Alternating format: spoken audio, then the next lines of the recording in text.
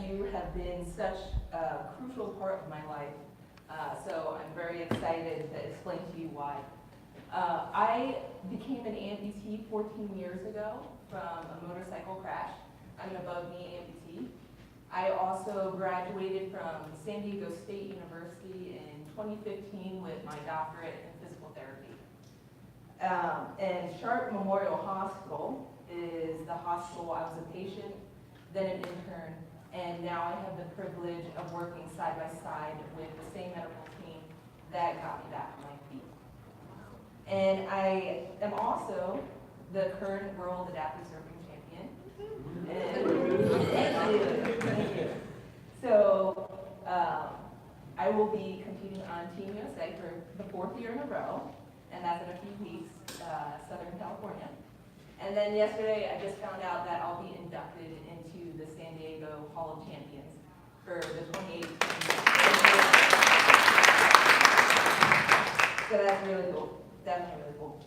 So this topic is very near and dear to my heart because, like I said, I don't know where I would be without Ottawa. I am very excited to explain to all of you that your work is so important and so influential in the quality of life of so many people. And I also love these discussions because at the end we get to talk and you get to ask me absolutely anything you want to, and I'll do my best to answer. So I feel that it's appropriate for me to tell you how I became an amputee. In 2004, on July 11th, I was just on a typical motorcycle ride, but the one thing that was different was that I was on Mount Palomar, a mountain I've never been on before. Me and the lead biker, we were in the front, he takes off, I'm on a straightaway. I see a bend in the road coming up. So I was like, oh, it's going to be a wide turn because there's no sign. But then I go into that turn, and it turns into a 180S turn. So going into that turn, I was like, what do I do? My mind's going a million miles per hour. I just thought I had to lay down my bike. So I go down, I'm so close to hitting the ground, but then the guardrail's coming. I slam my brakes. My bike pops straight up. And then there's the guardrail. All I could think in my head was F. That's good. And then I black out.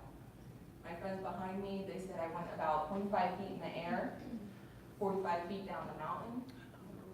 This was a 400-foot drop-off, so I was fortunate enough to be caught by some bushes. My friends jumped down to come find me because they couldn't see me anymore. And then there was a nurse driving a car behind me, so she came down to help. As soon as I hit the ground, I woke up. And I knew what happened. And my first impression was to get up. Get up, walk it off. It's gonna be fine. So I go to press up, and my friends are just like, do not move. And that tone in their voice, I knew it was bad. I knew it was really bad. So I lay back down, and at that moment, I'm thinking, I grew up in Jersey, right? Bodyboarding ever since I was a little thing. And what I would do was go out when there's hurricanes and tropical storms, because that's what's the best. But with that, I had a lot of close calls. A lot of times where I was held down and felt like I was going to drown. But this was completely different. This was sort of like a movie. Everything got really far away. I got tunnel vision. And then all of a sudden I got really tired. And I was just like, whatever you're doing right now, you guys need to hurry because I want to go to sleep. And I knew if I went to sleep, I was not going to wake up. Eventually, the ambulance got there, and they had decided to go by ambulance because they thought it would be quicker rather than like letting me out. Came down the mountainside. They went to roll me onto the board, and the paramedic that was rolling me over, all you could hear were all my ribs snapping, and him saying, shit, And me thinking that would really hurt if I could feel it, but all I could feel was the dirt on my face. So once I'm strapped in, I'm pulling on the mask because I can still move my right arm. I couldn't breathe anymore. And at that point, I black out again. I make it to the hospital. I go into the OR for 12 hours, and my injuries included breaking all my ribs, breaking my left arm, collapsing both my lungs, rupturing my spleen. I had massive internal bleeding, completely smashed my right lower leg, and then I coded twice. So I have all my medical dictations, so reading through them, I was just like, seeing the doctor say that my pupils were fixed and dilated twice. So for all intents and purposes, I was dead, twice. But I made it out of that room, and I was awake. I remember the tube in my mouth. I remember being really, really thirsty. And at that point, my medical team decided that I had to go into a medically induced coma because I wasn't stable at all, and I needed time to rest. That coma lasted 5 weeks. And during that coma, I developed acute respiratory distress syndrome. So I was drowning in my lungs. I got 6 chest tubes. I got a tube through my neck so I could breathe. And during this whole time, they were trying to save my leg. But it came to the point where my body was trying to fix my lungs instead of my leg. And I got gangrene in my knee. My foot turns black. So they said they had to amputate it above the knee. Once they did that, on August 15th, I got better very quickly because now the infection's gone. They take me out of my coma. I have no idea my leg's gone. And mind you, 5 weeks in a coma, you're not moving. I had nothing. I had no strength, nothing. My left arm, I had a left brachial plexus injury, so that means I couldn't feel or move my left arm at all. I still have that tube in my neck. I can't talk. I can move my right arm, but I can't look up to see what's going on, and I can just remember my accident. So I know something's up, but I think it's the next day. I have no idea it's 5 weeks. So again, my medical team, they didn't want to tell me that my leg was gone until I could talk. But I knew something was up because I was having phantom limb sensations, so I still felt my leg, but it felt like it was bent at my knee, going through the bed and twisted around. And I was like, I know that's not possible, but I'm going to worry about it later because I'm really doped up right now. But that later came very quickly, and I can move my right arm. So my friend's in the room. I take his hand, I put it on my left leg, and I move it up and down a little bit, and then I take it to my right leg, and I just hit it to it. He ends up telling me, and that destroyed me. Every negative emotion you could ever imagine hit me all at once. And with that, they had to put me on suicide watch. And yes, I couldn't really move, so I'm like, why am I on suicide watch and restraints? But my right hand definitely had a tendency of pulling all the tubes out. At that moment, I really had to make a decision. And to me, I had 2 choices. I either stop and I give up, or I need to put in 100% and really try. So to make that decision, I obviously chose to try. And the reason why I did that is because the friends that were there, they stayed. They kept coming back. They showed me unconditional love, and that no matter what happened, they would be there for me. And that's something I've never had in my life. It's something I've never felt. So for that, I will try. So I got better very quickly. 2 weeks, I'm out of the hospital. I get transferred to Sharp Memorial Rehab, where I do an intense month of rehab. So I was getting physical therapy, occupational therapy, speech therapy. And this laid an amazing foundation for me so I could move forward. And by the time that I got out of rehab, I get to go home But I'm feeling all those emotions, all those negative emotions, just replaying my accident over and over in my head. And besides all that, besides feeling completely depressed and alone, I felt so self-conscious of myself. Every time I went into the public, all eyes are on me, which reminded me over and over of just how different I was. So for me, the first step was getting over what society thought of me. But, in reality, it was really my own preconceived notions of what it meant to be a person with a disability. I had to prove to myself that I was wrong to think that I would not have quality of life again, that I was wrong that I would never be independent again. But how do you do that? I have a body that didn't work or look remotely close to what it did a couple weeks ago. So, yeah, how do you do that? How do you do that when you're in a leg that you're falling constantly? You can't walk a block without falling several times. I had to count every single step that I took because of the excruciating pain I was in, and because I didn't know if I could make it to my end destination, because it just hurt so much. I can't even explain to you, those feelings. And, that pain, that realization that you're in this leg that's not, working with you, is working completely against you. And this was 3 years. So this was 3 years of my life, my introduction to being an amputee. But then I got my first automatic kit.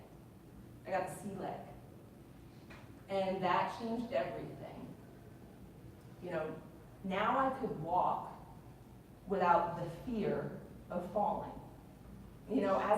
After an amputee, all I really wanted was to be independent again. All I wanted to do was to be able to get through my activities of daily living. I wanted to do my laundry. I wanted to do the dishes. I couldn't even do that, but now with the C leg, I could. It allowed me to, it changed everything instantly. So that leg allowed me to go to Challenge Athlete Foundation sport clinics. So I learned how to bike, run, swim again. It allowed me to go to 8 years of college and get my doctorate. It allowed me to walk through a busy airport, get to the plane on time, and go surf internationally. That's huge. That was amazing. And then I got the X3. That was pretty cool. So now, I work 10-hour shifts, 4 days a week, in the hospital, mobilizing patients all day long. This is a job that many able-bodied people cannot do without injuring themselves. That's amazing. That's beyond amazing. And when walking in the X3, or even just being an amputee, being an above-knee amputee, I should say, you think about every single step you take, so you don't fall, so you don't trip, anything like that. With your MPKs, you don't even think. I'll just be walking through the hospital, doing my job, whatever, and I'll stop and be like, I'm not thinking. And that is just so amazing. That frees up so much, like in your mind, in your body, so you can spend all that energy doing something else. And this is all because of all the work you guys do all day. I wouldn't be a world champion surfer. I wouldn't be a doctor of physical therapy. I wouldn't be this advocate and volunteer in my community without the work that you do. You know, what you guys do, you take this treacherous, petrifying road that all amputees have to travel on a little less bumpy. And that's so cool. And you guys all deserve the biggest round of applause for that. So,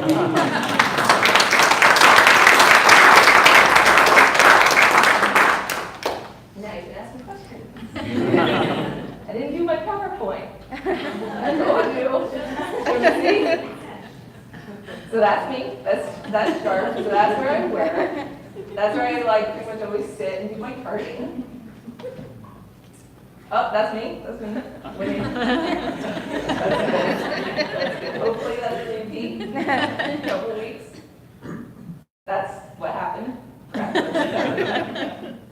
And that's me and your X3 surfing. So that's pretty cool. Okay. Questions? You can ask me anything. You can ask.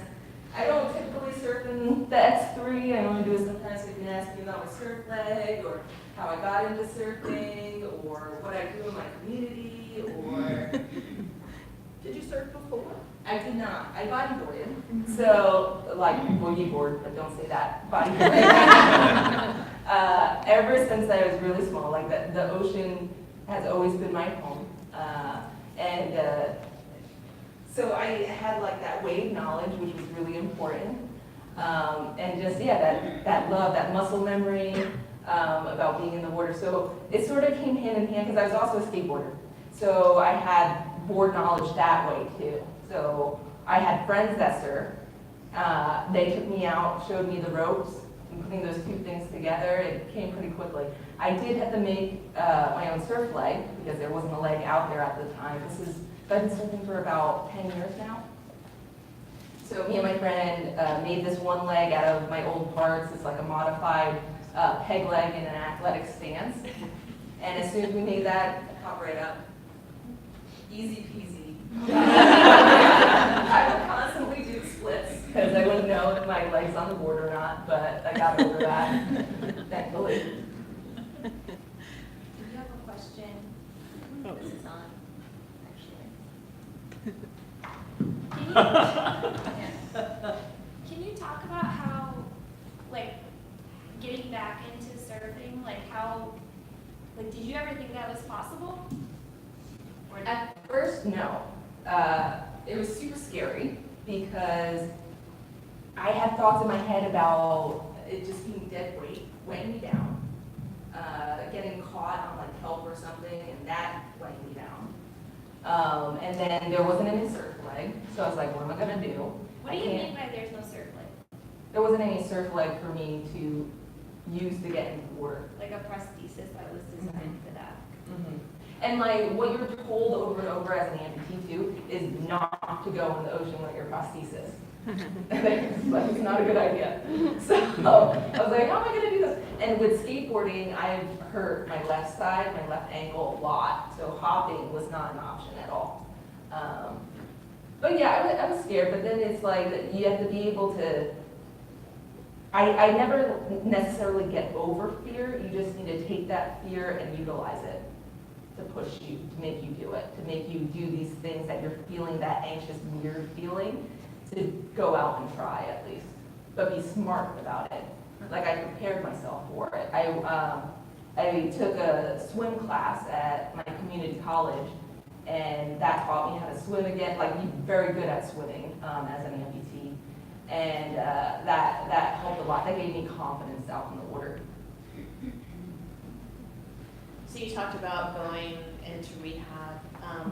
What about the mental aspect? Did you go into counseling? Oh, yes. How long was that?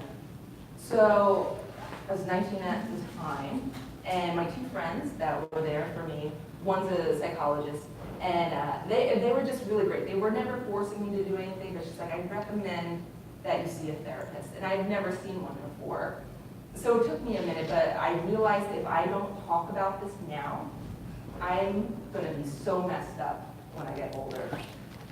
So I ended up going to see a therapist for 4 years, for cognitive behavioral therapy, and it was the best thing I've ever done in my life. And what I realized is that, yes, my accident was horrible, but I had so many issues from my past, from my childhood and my family growing up, that was the main conversation. So it was really breaking down all my patterns, developing new coping strategies, and it was just really good to be able to be called out by somebody. She was very blunt with me, and she's like, this is how it is, this is what you're saying to me, and I'm like, all right, okay, I'll try. So, yeah, she helped a lot, So, the one thing I'm hearing throughout this whole story is that you are a very energetic and that you strive to do the best in whatever it is you're doing. I love that energy about you.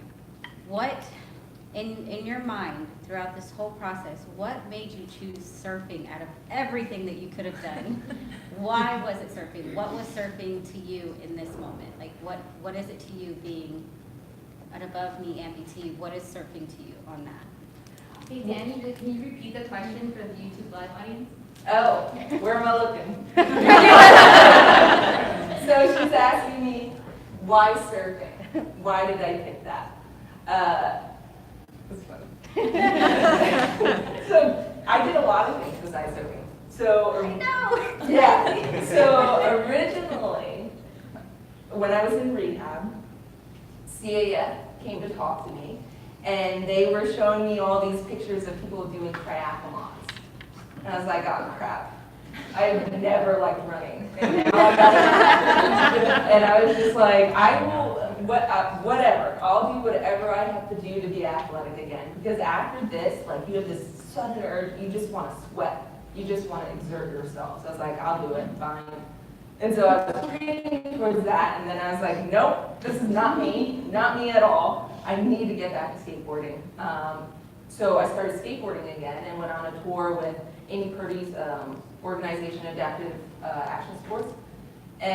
But that was short-lived because I kept hurting myself. And then I started competing in snowboarding.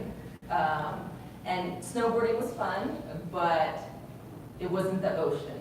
And the ocean to me is my home. Like, talking about that negative stuff that happened to me in the past, that's where I always went.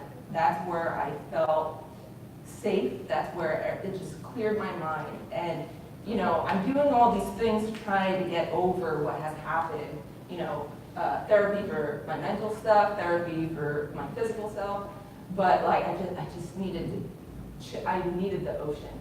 And I went back to bodyboarding, but then I was hard on my ankle. And I had friends that surf, so they showed me the ropes, and making that prosthesis and seeing that it made me independent getting into the water, because now I could walk into the water. That was really cool. It was an instant love. And now I surf all the time. If I don't surf, my friends are like, go surf. It's like, you're too crazy right now. So, yeah. Did you know before your accident that you wanted to become a physical therapist? Or I was had that... no idea what physical therapy was until I got a whole mess of it. Yeah, no. So when I never wanted to go to college at all. And then going through this and seeing my physical therapist and what they were doing and seeing my progression, I was like, what an amazing job. Like, what an amazing thing and selfless thing to do for people. And, you know, at the time that I was thinking that, I wasn't thinking that I was going to go to college. But then I was moving along, getting out of rehab. I was like, I got to do something. Let me try physical therapy assistant because it was at my community college. But then my friend was like, why aren't you going for physical therapy? I'm like, well, that's a doctorate. And they're like, so? So I thought about it. And I was like, well, I don't have a good enough reason to say no, besides my fear. That's not a good reason. So I'll just do it. I'll try. And yeah. 8 years later? I know, and a lot of loans. A lot of loans. Well, good for you. Thank you. It's definitely is a career that I absolutely love and feel that I was meant to do. That's awesome. Thanks for the question. Do you have any pushback from your insurance company with going from a C-leg to an X3? Because I work in the reimbursement department, so I have a lot of people who ask for the X3, so I'm curious to know. Yes. Yes. So at first, my prosthetic company, they were like, no, it's not going to happen. Ooh, sorry. It's not going to happen. X3 is not going to happen. And then eventually they're like, you know what, why don't we just, we're going to try. It took a year of trying. And it is hard, but it's doable. And I did this one talk about how we did it. And it's a whole team effort. It's everybody. It's the patient, it's the insurance specialist at your prosthetic place, it's your primary, it's your PT, it's you guys. So it's getting all those ducks in a row, because then, you know, you're gonna be denied. That's just, it's gonna happen. That's a step. But as long as you get all that documentation into your actual medical record. This isn't a letter of necessity. What is it? Letter of necessity. Letter of medical necessity. Yeah, that is not that. It's actually in your medical record. And writing your appeal with the actual verbiage from your medical policy. And we lucked out. So my insurance denied me, and then we appealed to the Medical Board of California. And they're like, hell yeah, give it to her. You know, like, what are you thinking? Like, she's going to be doing this crazy, like, job, like, this is the safety of her, of the patients, whatever. So they ended up having to pay for a C-Leg 4 and an X3. Because we even told them, we're like, don't do this. Like, like, just don't give that, because you're going to end up paying for both. And they did. So, let's. Who is your insurance, if you don't mind me asking? That's totally fine. Sharply Steely. I'm currently going through another insurance denial that's been lasting over a year, and it's for my socket. And this is different though. This is an out-of-network thing. It's a mess. It's just a mess, because I've been with these people. I've been with RGP for so long. You should be able to continue your care, right? I think there's this big misunderstanding and miscommunication that you can't just go to another prosthetist. Like, that's not how this works. Like, once you find your person who knows you, who can solidly build you something that doesn't cause pain, doesn't fall off every step you take, that's important. And it's like, to go to someone new, it's gonna take me 6 months at least to get a whole new socket made. So what do I do with my career? Is someone gonna give me like all that time off? Because like I can't risk my safety and my patient's safety. So it's really, it's so upsetting. And it's a huge job, as you know, and I don't know, but I'm definitely not giving up on that front. But the fact that you're involved on your behalf is a huge situation, because there's times that the prosthetist and the physician are like, the patient doesn't want to get involved at all. Yeah. And that is disheartening to me, because you have to fight on your own behalf Oh, or something. 100%. You have to be an advocate. And like, confrontation is uncomfortable.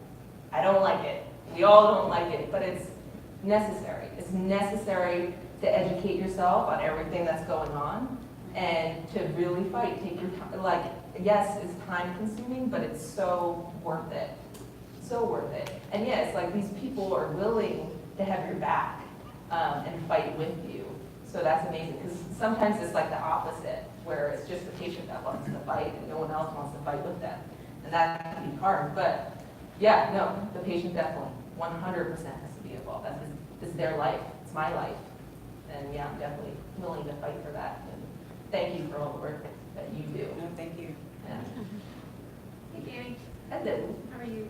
Pretty good. Can you share your volunteerism with us? What do you do in your community? Oh, a lot. So with Challenge Athlete Foundation, I do a lot of the youth adaptive surf clinics. So I'm a mentor and I'm a surf coach.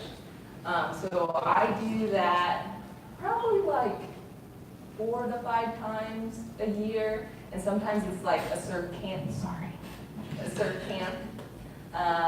What else do I do?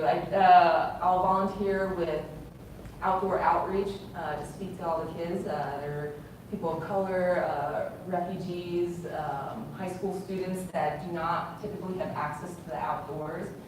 So this is giving them that chance and that access, and that's extremely important to me. And I'm recently hooking up with another nonprofit called Groundswell, and that's for women that have been abused, and taking them to the ocean and having them feel that love and energy. Is that good? I think that's it. Friday morning. Dani, when you were going through your rehab, did you meet any other amputees? I didn't. You didn't? And also, from your perspective, if you were to give one piece of advice to an amputee who's going through a really rough patch at the moment in their early rehab, what would be something that you could say to them? So I should correct myself. I did. So they did send people. I think what was hard for me, so I'm 19 years old, so they sent people that were way older than me, like in their like 60s, 70s. I'm like, it's not me. And then they also sent a BK, and I'm like, that is definitely not me, like totally different. So, I mean, one of the things that I love about my job so much, since I'm inpatient, I'm dealing with a lot of trauma, so I'm dealing with amputees, that like fresh amputees. So I get to go in there and I'm in scrubs, and I can walk in, and then they're crying or whatever, and then I'm like, want to see what I got? And then I show them, and then instantly it changes. They're like, oh crap, now I gotta suck it up. Everything's gonna be fine. But no, so for me to be able to do that, that's such a great feeling, because I know if someone like that came into my room, oh yeah, things would have been, like that road would have been way more smoother, because with what happened to me, like I was like, I had no idea that this is possible, but I'm just gonna like try, I guess. But yeah, so when you're going through things, I had to learn really quickly how to ask for help. That was the big thing, being vulnerable. So that's one of my big advice to people. Talk it out. You gotta talk it out. And for their caregivers and everything, they have to go through the grieving process. And that's okay. That's fine. Let them be angry. Let them cry. Let them do whatever. The big thing is like, don't get stuck in it. Do it now. Get it out. Talk about it. Find help through a therapist that's trained, that has their PhD to deal with something like this.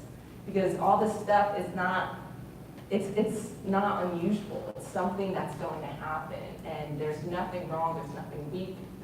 That's, to take a look at yourself, a real look at yourself, that's real strength, and that will make you do better in the future. Thank you for the question. So I haven't heard anybody ask this yet, but if in the process of what you were going through, what could Autodoc have done differently? What other resources would you recommend that we do? Anything else that we can do to help amputees like you along the way? What would you recommend? What other things would I mean, it's always good to have more clinics, more support groups, stuff like that, because it's so important, I feel, to be in your community and see people like you.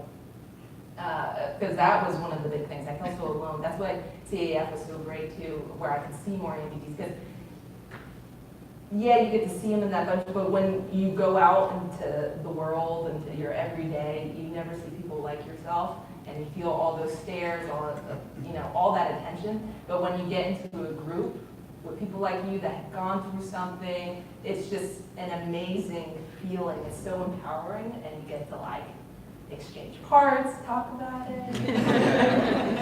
But it's just so important. Like, can I borrow your socket tape? Yeah.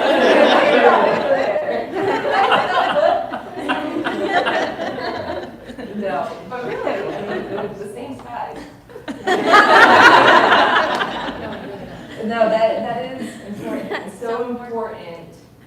be around people like you know, to feel like you're not alone. And that's it. I don't know, to have that kind of thing, like, you can just see that you're not the only one. Because the way I felt, you know, I see all these athletes and whatever, and I'm like, oh, they're doing so good, they're not in pain, they got it figured out, their socket doesn't hurt. But it's not true, and we don't really talk about that. And that tends to come out more when you're in person rather than like blasting it out on social media. So it's just so needed for like your mental health and feeling to just be like, I'm not alone. This is something we're all dealing with. Let's all figure it out and try and fix it. Or do you have any recommendations for a PT or a prosthetist or a primary or whoever? So support groups as in at the hospitals or at the OP shops, hospitals, and look at having support groups out and about. You know, here's a good idea, but our patients are really out there. Oh, really? Yeah. Oh, yeah, hospitals and stuff. And having like that mentorship, there's people ready to go out there and see people as soon as they get injured, right? So that's like talking to social workers, case managers, and hospitals, so they can do contacts, so they can get a hold of you right away. Because I even see it in my hospital. So typically amputees, they get deferred to me for me to go talk to them. But you know, I'll go and talk to the case manager afterwards, and I'm like, okay, they're going to need this, like a mentor. They're going to need someone to talk to, because maybe they're not a fucking amputee like me, or maybe they want to see like someone who's male or whatever. And they're like, oh, I never thought of that. You know, or oh, I don't think I have a contact for that. And I'm in like a trauma team hospital, this is a big hospital, and you know, these people are very inundated with work. So just to have that quick contact is very important.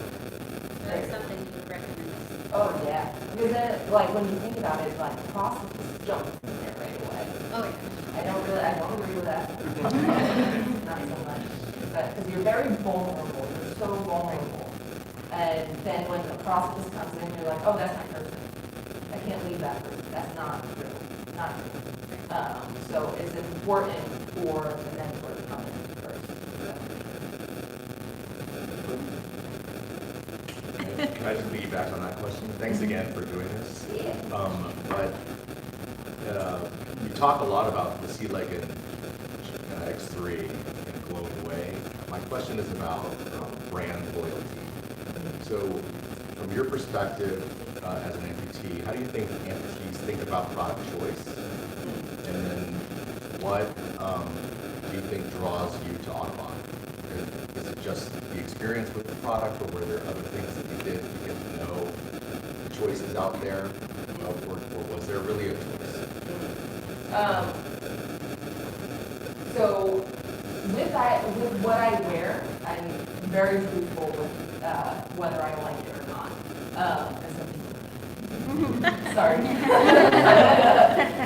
But yeah, so I originally, I didn't have the choice. So in the beginning, I knew nothing about amputees. I knew nothing about components. I was just going along with it because it was just so overwhelming and no one was telling me anything. So I was put into the pool, so mechanical knee. So I was falling all over the place because there was nothing there. So every time I would tap that toe, I'd be down on the ground. So I had no choice in that. And then I had no choice for the next MPK for the microprocessor that I got. So I got, I don't know, like, Manon. Is it okay? Yeah, We know you're in a safe space.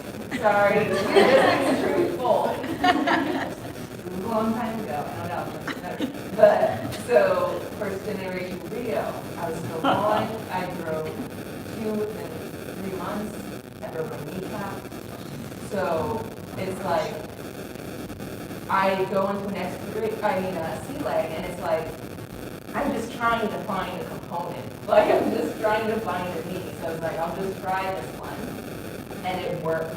Like, it worked right away. And I felt the difference right away. And I wasn't falling all over the place. So my loyalty and my desire to be in an Audubon knee is because it's proven to me. It works. It's the best And it lasted me 8 years, which is awesome. That's crazy. But everybody's very impressed with that. And then the X3 is like, yeah, it's the best. If I wasn't doing my job, we would need to be in an X3. But it's like, as an amputee, learning that you have to change out your leg all the time to do certain things is like heartbreaking. It's like, are you serious? And then how do you get the funds to get all these different legs? So then, yes, the X3 is like expensive or whatever, or hard to get.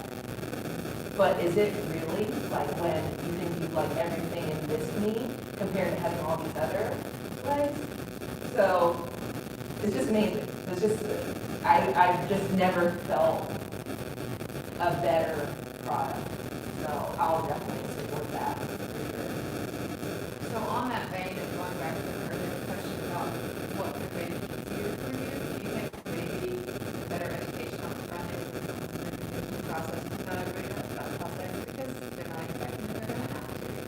Then maybe better education on the front end, these are the options. And, you know, obviously you were active before, so maybe somebody thinking about that. Oh yeah, 100%. And yes, it's very overwhelming and there's a lot of information.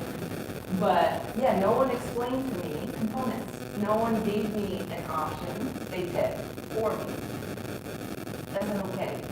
And I always believe the more education, the more power, the better it is. The more they're an advocate for themselves. You know, the more information, the better. And no one can ever take that away from them.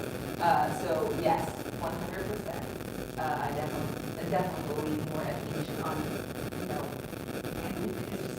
it's just like components, PT, but yeah, components, that would be huge. Putting the choice into the patient's hands. And I know how daunting that can be and how hard that can be because of insurance purposes too, because then someone gets caught on something, they're like, oh, I need that. You don't necessarily need that, and it's hard to change their thought process. So it's hard. You were 19 and active, it seems like that was. They put me as a K2 ambulator. All right? 19. And yes, I understand. I just came out of a coma. I get it. I got it. But I'm 19 years old. What is going on? I went to a prosthetist and I was like, I want to skateboard again. And he's like, get over it. You don't have any. That's his exact words to me. I was like, okay, we're done. We're done. But then how many people, yeah, I know so many people that are like, well, they're my dude, they're my God, they're my leg God. And they take that. Like, that's disgusting. You're like so vulnerable right there. So yes, more education, the better. So that messed me up so bad with insurance. When you moved from the mechanical knee to a microprocessor knee, did you have much gait training with, you know, a physical therapist or even your prosthetist?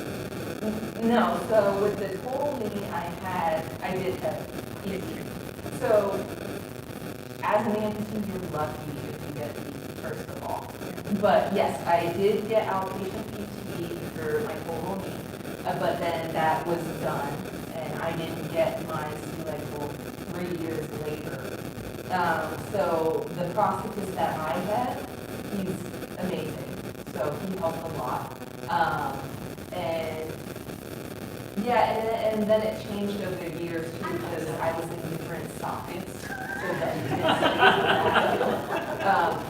but no, not a lot of practice or training, I guess. They're telling me like the different moves and stuff, but besides that, I sort of figure it out as I go, trial and error kind of thing. Yeah. So what's your favorite feature or function on the X3? The intuitive stance.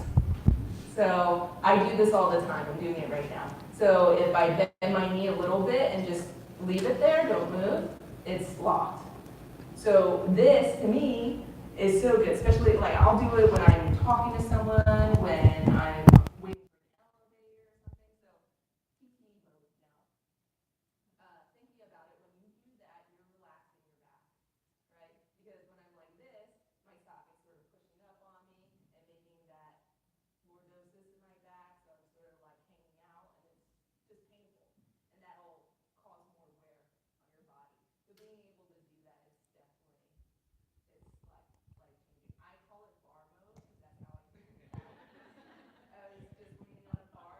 like, what is going on? This is so cool. So no pizza for my ex. So we know that you hate Oster's knees.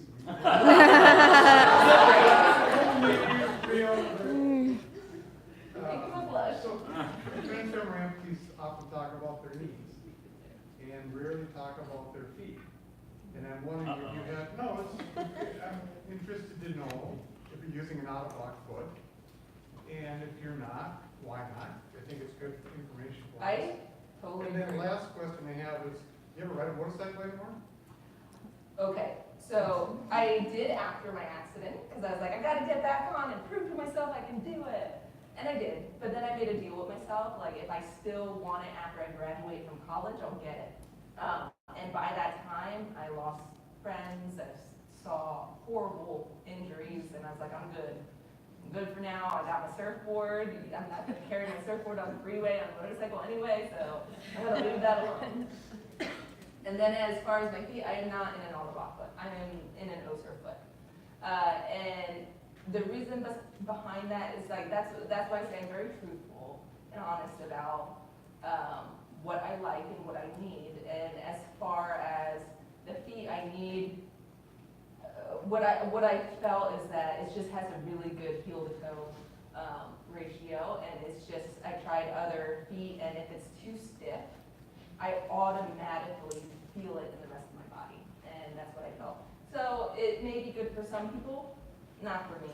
And I felt like I would definitely have to change my socket in order to compensate for it, and that's definitely not on the table, because the socket is that's like, so hard to get and so important. But yeah, I heard that.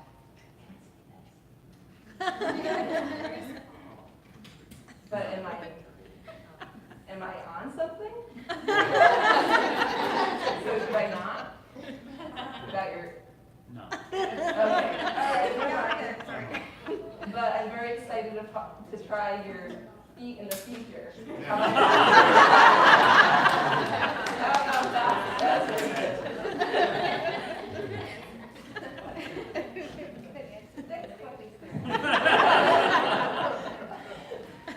So as a PT, you just mentioned how amputees don't get PT.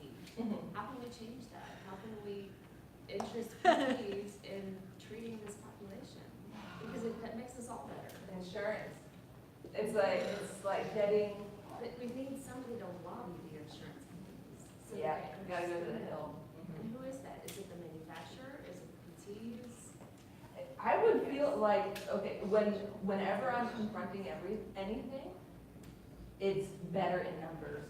So the more people that are fighting and voicing, the more powerful you are. And the more they're gonna listen. So yes, it's everybody. It benefits everybody. It benefits the patient, it benefits the manufacturer, everybody. It's just so hard, with everything that's happening. Our health insurance is a mess. There's a lot of things that are a mess in this country, and it's like, you just need to keep fighting. And you need to keep telling your story. That's the important part. And hopefully tell it to the right people, because that's what I feel influences people the most, is being like, this is real people, this is really going on, and it's going on constantly. There's even parts of me that is like, yes, I really want them to go to PT. I also want them to have like the appropriate prosthetists, like no wounds, good socket, so they can walk. Like it's a lot, but they're out there, and there are people that are willing to fight very hard with insurance to get that patient in. That's what they did for me, because it's like, I had no health insurance when this happened. My bills went up to $2 million, but since I lived in California, I went on to Medi-Cal. So that covered the majority of it, and then like the other doctors, for the most part, like let it go, or 7-year statute of limitations. But so one of the rehabs, community reentry program, they sponsored me. They gave me a scholarship. So they do these fundraising events every year that I'll go speak at, these big golf tournaments where they raise a lot of money and then sponsor patients to get into more rehab, and that's PT, OT, and speech. So there are things, it's like, it sucks though, you know, it's the same thing with GoFundMe. It's like, why are we doing GoFundMe? Like, we're paying into insurance, yet we're relying on this. I could go on about this, but yeah, thank you for your question. I think last one, and then. So it's great that you discovered intuitive science, and I love the story behind that, it's awesome. But it does tell me that we could be doing more to help people understand what some of those key features are. How could we have communicated stuff better to you, or features better to you when you first got the X3, so that you didn't have to just by chance discover it?